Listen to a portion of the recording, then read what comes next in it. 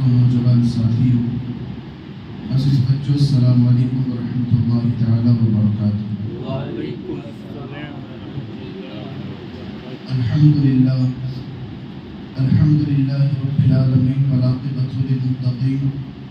والصلاة والسلام علی سید الانبیاء والمرسلین، اما بعد فاعوذ باللہ من الشیطان الرجیم، بسم اللہ الرحمن الرحیم۔ قال اللہ تعالی فی الکلام المجید والفرقان الحمید، قل لا اسألکم علیہ اجرا الا المودۃ فی القربى۔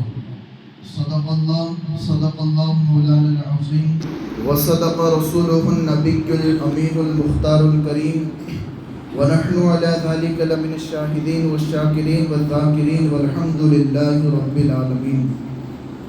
آنگن ملا مچان ملے چاہت نہیں ملی، آنگن ملا مچان ملے چاہت نہیں ملی، جب تک ہمیں حضور کی نسبت نہیں ملی، جب تک ہمیں حضور کی نسبت نہیں ملی، اور آل نبی سے پھر گئے عزت نہیں ملی، آل نبی سے پھر گئے عزت نہیں ملی، جنت کی آرزو ملی مگر جنت نہیں ملی، جنت کی آرزو ملی جنت نہیں ملی، اور دنیا کے سب یزید اسی غم میں مر گئے، دنیا کے سب یزید اسی غم میں مر گئے، سر مل گیا حسین کا بیعت نہیں ملی، سر مل گیا حسین کا بیعت نہیں ملی، اور آقا نے صدیوں پہلے کہا ان کو باب العلم، آقا نے صدیوں پہلے کہا ان کو باب العلم، اب تک علی کے گھر میں جہالت نہیں ملی، اب تک علی کے گھر میں جہالت نہیں ملی، اور گم ہو گئے جو لوگ کتابوں کی بھیڑ میں،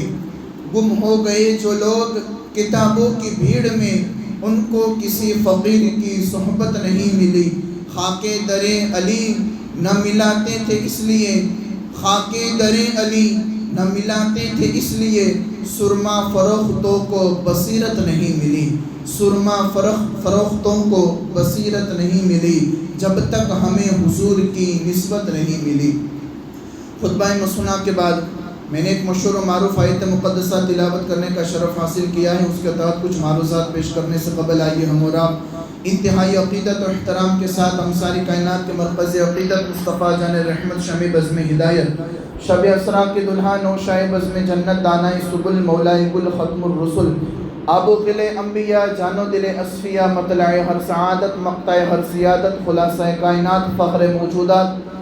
یعنی کہ جناب پاک احمد مجتبیٰ محمد مصطفیٰ ارواح نافدہ صلی اللہ تعالیٰ علیہ وسلم کی بارگاہ بے کس پناہ میں والہانہ انداز میں درود پاک کا نذرانہ پیش کریں اور پڑھے اللہم صلی علی سیدنا و مولانا محمد کما تحب و ترضی صلی علیہ صلاۃ و سلام علیک یا رسول اللہ صلی اللہ تعالیٰ علیہ وآلہ وسلم۔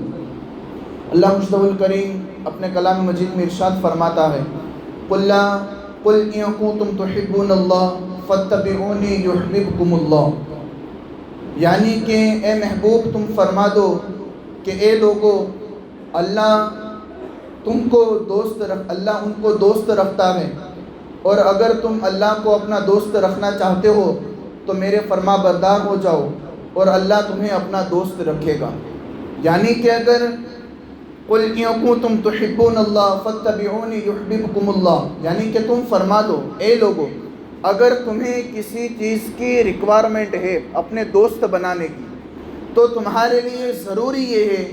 کہ تم پہلے اللہ والوں کی صحبت سے وابستہ ہو جاؤ۔ جب تک ہمیں اللہ کی صحبت سے وابستہ ہونے والوں کے پاس ہمارا اٹھنا بیٹھنا چلنا نہیں ہوگا، تب تک ہمیں اللہ کا قرب نصیب نہیں ہوگا۔ اس لیے اولیاء اکرام کی صحبتوں میں رہنے والے جو لوگ تھے، کہ جیسے کہ نظام الدین اولیاء کا دیکھ لے کہ ان کی صحبت میں رہنے والے امیر خسرو آج دنیا میں کیسے چمکے، صرف اس وجہ سے کہ انہوں نے اپنے پیر و مرشد ایک اللہ کے ولی نظام الدین اولیاء کی صحبت میں رہ کر اپنی زندگی کو گزارا۔ آج دنیا میں ان کا نام روشن ہے، آج ان کا چراغ ایسا روشن ہے کہ رہتی دنیا تک ان کے چراغ میں کبھی جو ہے نمی نہیں آ سکتی۔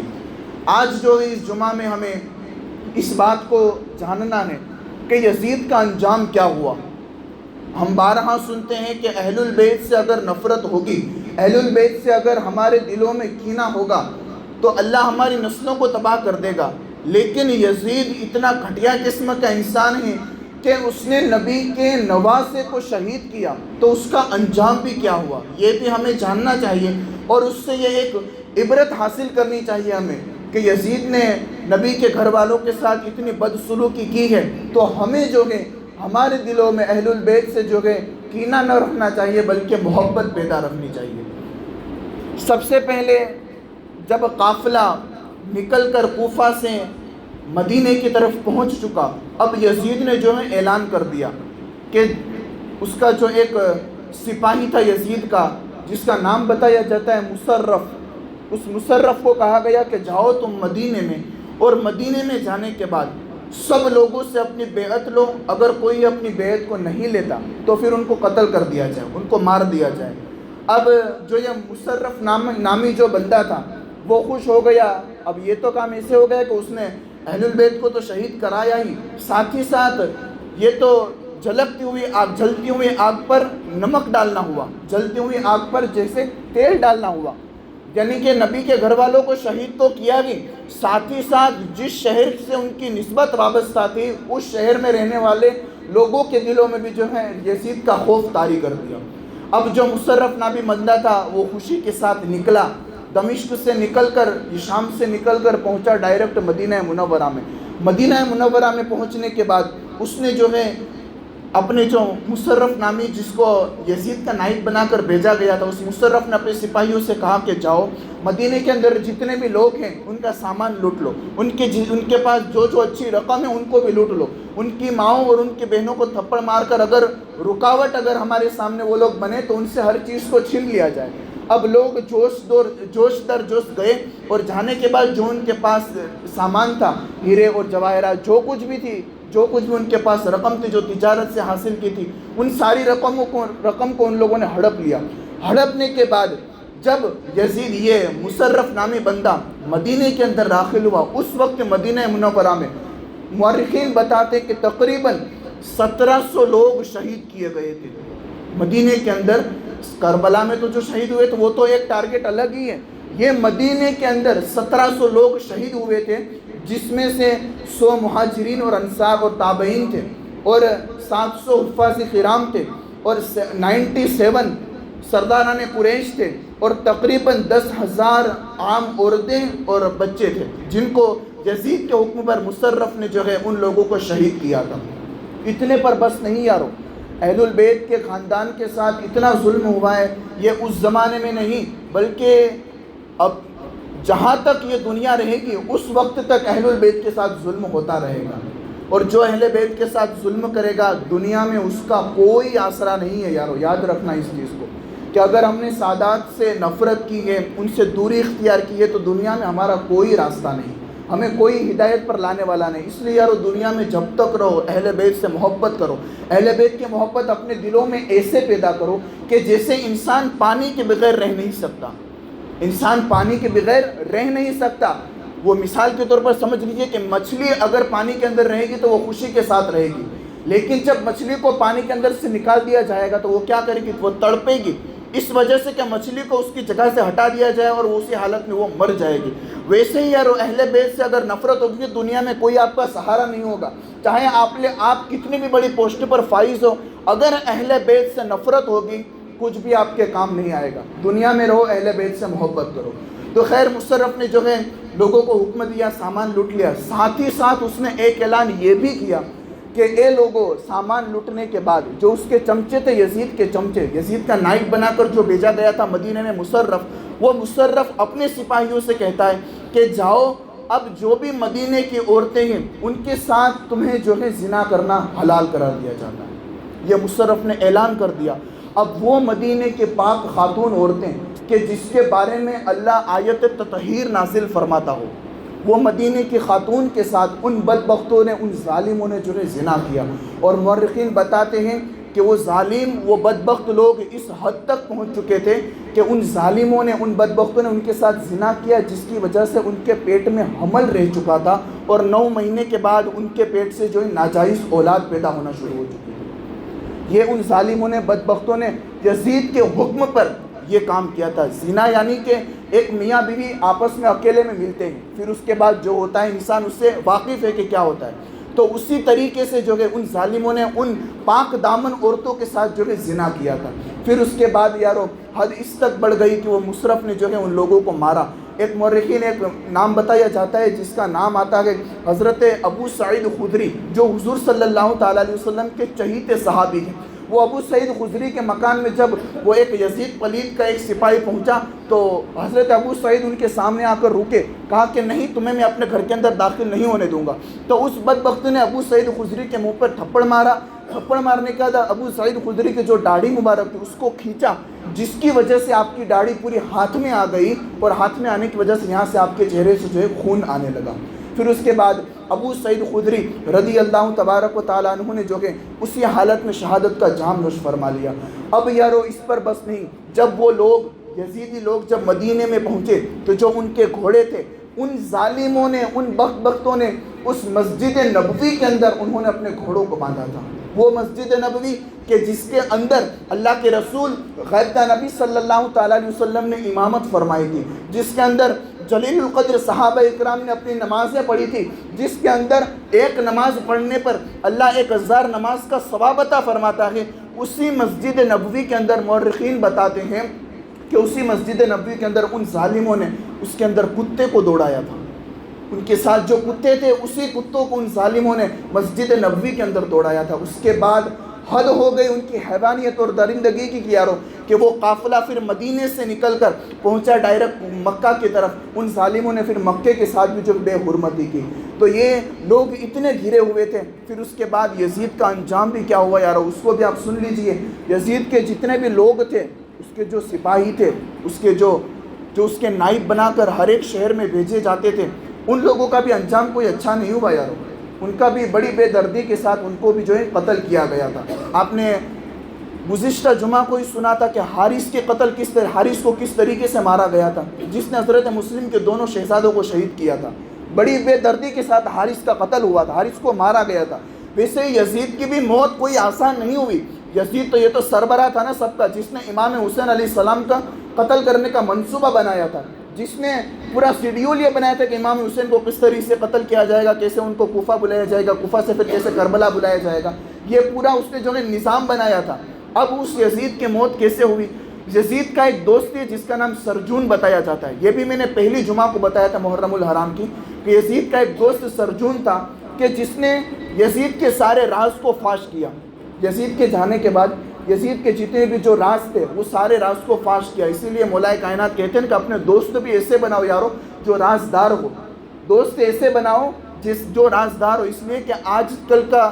دور ایسا دور ہے کہ اب تو دوست کے بھی دوست ہوا کرتے ہیں۔ اگر آپ نے کسی کو راز بتایا تو ظاہر سی بات ہے کہ اس کا بھی کوئی دوست ہوگا تو وہ اپنے دوستوں کو اپنا راز بتائے گا، اس لیے راز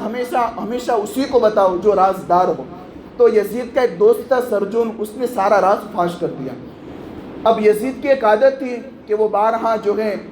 شکار کے لیے جایا کرتا تھا۔ ایک دن وہ اپنے محل سے نکل کر شکار کے لیے گیا، جنگل و بیابان میں جب پہنچا تو اس کی نظر ایک خاتون پر پڑی جو کہ عیسائی خاتون تھی۔ اس نے اس کو ایک نظر میں ہی دیکھا تو وہ اس پر فدا ہو گیا۔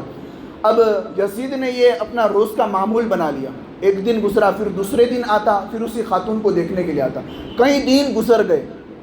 سرجن اس کے ساتھ آتا، کئی دن گزر گئے اسی خاتون کو دیکھنے کے لیے کہ کہیں موقع ملے تو میں اس سے جو ہے اپنی شادی کی بات کروں، اس سے نکاح کی بات کروں۔ اب جب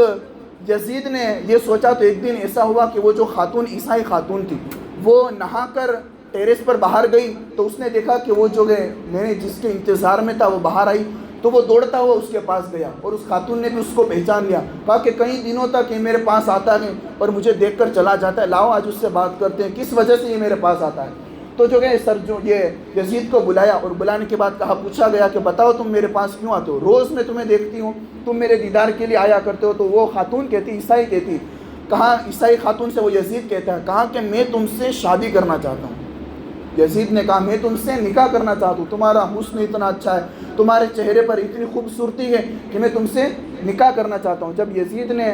یہ کہا تو وہ خاتون بڑی جانکار تھی، اس کو پتا تھا کہ یزید نے اہل بیت کے ساتھ کیا سلوک کیا ہے، نبی کے گھر والوں کے ساتھ اس نے کس طریقے سے بدسلوکی کی ہے۔ جو نبی کے نواسے کے ساتھ وفا نہیں نبھا سکتا، کیا وہ میرے ساتھ وفا نبھا سکتا ہے؟ وہ میرے ساتھ اس سے جو ہے وفا کی امید کی جا سکتی ہے جس نے نبی کے گھر والوں کو شہید کیا۔ اب اس نے کہا کہ وہ خاتون نے کہا کہ ٹھیک ہے، اگر مجھ سے نکاح کرنا چاہتے ہو تو جاؤ، کل جو ہے تم اکیلے آنا، اپنے دوست یا اپنی سپاہیوں کو ساتھ لے کر نہ آنا بلکہ اکیلے آنا۔ کہا کہ ٹھیک ہے۔ اب وہ جو ہے یزید خوشی کے ساتھ گھر کو چلا گیا۔ صبح کے وقت جب صبح ہوئی اور صبح ہوتے ہی جب دوپہر کو آنا شروع ہوئی تو وہ اپنے محل سے نکلا۔ اب جو یہ عیسائی خاتون تھی اس نے پوری پلاننگ تھی، اس نے اپنے بابا سے مشورہ کر لیا تھا۔ کہا کہ بابا،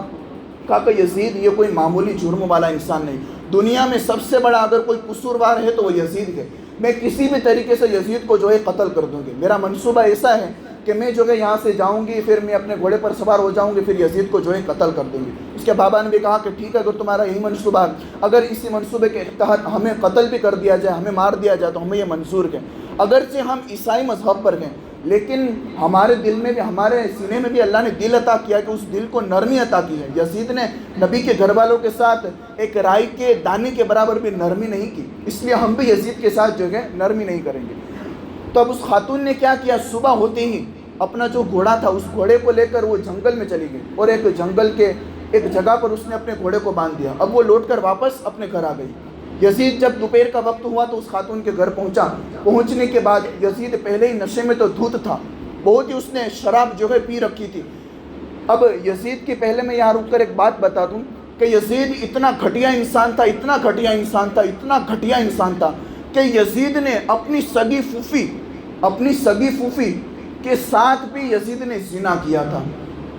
اپنی ماں کی بہن کے ساتھ بھی یزید نے زنا کیا تھا۔ اتنے پر بس نہیں، مورخین بتاتے ہیں، یہ جو میں باتیں آپ حضرات کو بتاتا ہوں یہ کوئی قصہ کہانی نہیں یارو، اس کا یہ پروف ہے ہمارے پاس کہ یزید نے کس طریقے سے جو ہے نبی کے گھر والوں کے ساتھ اور اس نے کس طریقے سے برے برے کام کیے ہیں۔ یہ کوئی قصہ کہانی نہیں کہ جس کو بتا دیا جائے تاکہ لوگوں کے دلوں میں نفرت آ جائے، بلکہ نفرت سے بھی بڑھ کر یزید کے دل میں ہمارے لیے کینہ ہونا چاہیے،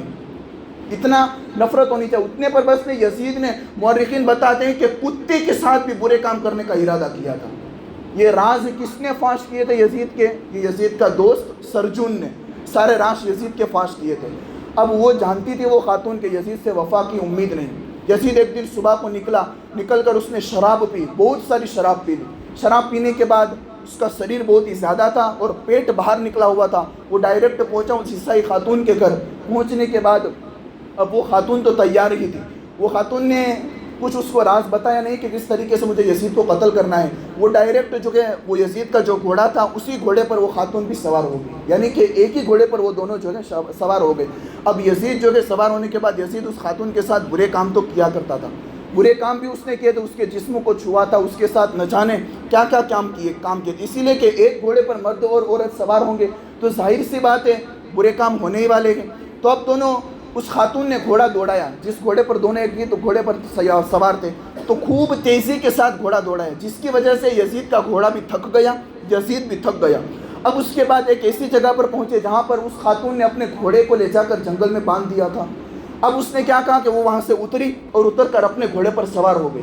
سوار ہونے کے بعد اس نے یزید سے کہا کہ ہم دونوں ریس لگاتے ہیں، یہاں سے جو فلاں جگہ پر سب سے پہلے پہنچے گا، اگر میں پہنچ گئی تو میں تم سے شادی کروں گی، اور اگر تم پہنچ گئے تو میں شادی کے لیے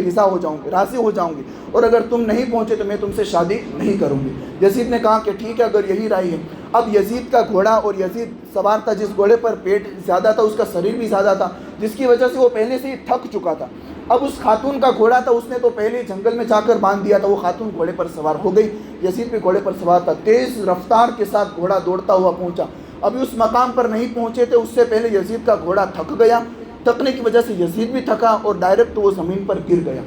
گرنے کی وجہ سے وہ خاتون تو آگے بڑھ چکی تھی، وہ لوٹ کر واپس آئی، واپس آنے کے بعد اپنے گھوڑے سے نیچے اتری۔ نیچے اترنے کے بعد اس یزید نے کہا، اس خاتون سے کہا کہ میں تم سے ہار گیا، اب چاہے جو کچھ بھی ہوا، میں تو جو ہے جیتا نہیں، لیکن میں حکومت ہوں، میں حکومت کا بادشاہ ہوں، اگرچہ میں ہار گیا لیکن اس کے باوجود بھی تم نے جو ہے میرے سے شادی کرنی ہے۔ اب اس خاتون نے بڑی چالاکی کے ساتھ ایک چال چلی تھی، کہا کہ تم نے اکیلے آنا ہے۔ یزید آیا تھا بھی اکیلے، اب وہ تھک چکا تھا، شراب کے اندر دھت تھا، حالت اتنی کنڈیشن اتنی نہیں تھی کہ وہ اٹھ سکے، اس خاتون نے گھوڑے سے اترنے کے بعد یزید کے سینے پر اپنا پیر رکھا، اور پیر رکھنے کے بعد وہ خاتون کہتی، کہا کہ بدبخت گھٹیا انسان، تو نے نبی کے گھر والوں کے ساتھ وفا نہیں نبھائی تو میں تجھ سے وفا کی امید کیسے کر سکتی ہوں؟ تو ہر روز ہر رات ایک نئی دلہن کی تلاش میں رہتا ہے، اور میں تجھ سے شادی کر لوں، اگرچہ میں عیسائی مذہب پر ہوں لیکن اللہ نے میرے سینے میں بھی دل عطا فرمایا ہے، میرا بھی سینہ نرم ہے، میرا بھی دل نرم ہے، اگرچہ تو نے نبی کے گھر والوں کو شہید کیا ہے تو اس سے مجھے وفا کی امید ہی نہیں۔ پھر اس کے بعد مورخین بتاتے ہیں یزید کی اس خاتون نے اتنی بدسلوکی کے ساتھ اس کو مارا ہے کہ مورخین بتاتے ہیں کہ اس نے سب سے پہلے یزید کے دونوں پاؤں کی جو انگلیاں تھیں اس انگلیوں کو کاٹا، انگلیوں کے کاٹنے کے بعد اس خاتون نے اگرچہ عیسائی مذہب پر تھی لیکن اسی خاتون نے پھر جو ہے یزید کے دونوں ہاتھ کی انگلیوں کو کاٹا۔ پھر اس کے بعد وہ خاتون کہتی ہے، کہا کہ یہی وہ زبان ہے نا، زبان پکڑ کر کہتی ہے، کہا یہی وہ زبان ہے نا کہ جس سے تو نے نبی کے نواسے کو قتل کرنے کا منصوبہ بنایا تھا۔ پھر اسی زبان کو اس خاتون نے کاٹا، کاٹنے کے بعد ان سارے اس کے اعضاء کو جنگل کے اندر پھینک دیا، پھینکنے کے بعد ایک بہت ہی بھاری پتھر تھا، اس پتھر کو لیا اور لے کر یزید کے منہ پر مار دیا، مارنے کی وجہ سے یزید کا کام تمام ہو گیا۔ پھر اسی حالت میں 3 دن تک یا 4 دن یا 5 دن یا اس سے بھی زیادہ اسی جنگل و بیابان میں یزید کی لاش پڑی رہی، یہاں تک کہ جب اس کے ساتھیوں کو پتہ چلا کہ یزید فلاں جگہ پر ہے تو وہ دوڑتے ہوئے وہاں پہنچے، اور پہنچنے کے بعد جب دیکھا کہ یزید یہاں پڑا ہوا ہے، پتہ تو نہیں چلتا تھا چہرے سے کہ یہ یزید ہے لیکن کچھ آثار ایسے تھے جس کی وجہ سے یہ پتہ چل جاتا تھا کہ یہ یزید ہے، لیکن جب اس کے لاشے پر پہنچے، یزید کے جسم پر پہنچے تو دیکھا تو یزید کا پورا جسم جو ہے کیڑے مکوڑے نے کھا کر تمام کر دیا تھا،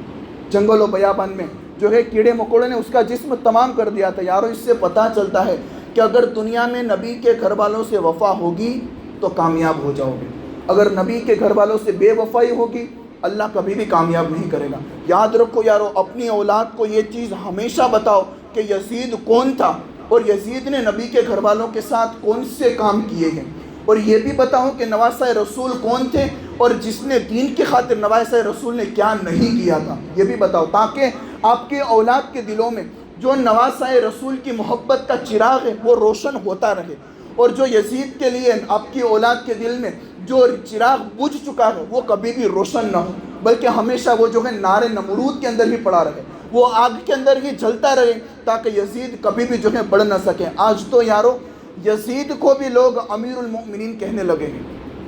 یزید کو بھی رضی اللہ تبارک و تعالی عنہ کا جو ہے منصوبہ بنایا جا رہا ہے، لیکن ہمیں جو ہے یزید کی سے نفرت اس حد تک کرنی ہے کہ اگر ہماری زبان پر یزید کا نام بھی آئے تو ہمارا چہرہ مرجھایا جانا چاہیے۔ ایسی نفرت ہونی چاہیے ہم سے بھی اور ہماری اولاد سے بھی، ان کو بھی یہ بات بتائی جائے کہ یارو یزید اتنا گھٹیا انسان تھا کہ اس نے نبی کے گھر والوں کو شہید کیا ہے، نواسۂ رسول جس کو حضور علیہ الصلوۃ والتسلیم اپنے کاندھے پر بٹھا کر گھمایا کرتے تھے، اسی نواسۂ رسول کو اس یزید پلید نے جو ہے شہید کیا ہے۔ اس لیے یارو جب آپ کے دلوں میں، آپ کی اولاد کے دلوں میں نواسۂ رسول کی محبت پیدا ہوگی، نبی کے گھر والوں کی محبت پیدا ہوگی، اللہ دنیا میں بھی کامیابی عطا فرمائے گا، آخرت میں بھی کامیابی عطا فرمائے گا۔ رب کائنات سے دعائیں کہنے سننے سے زیادہ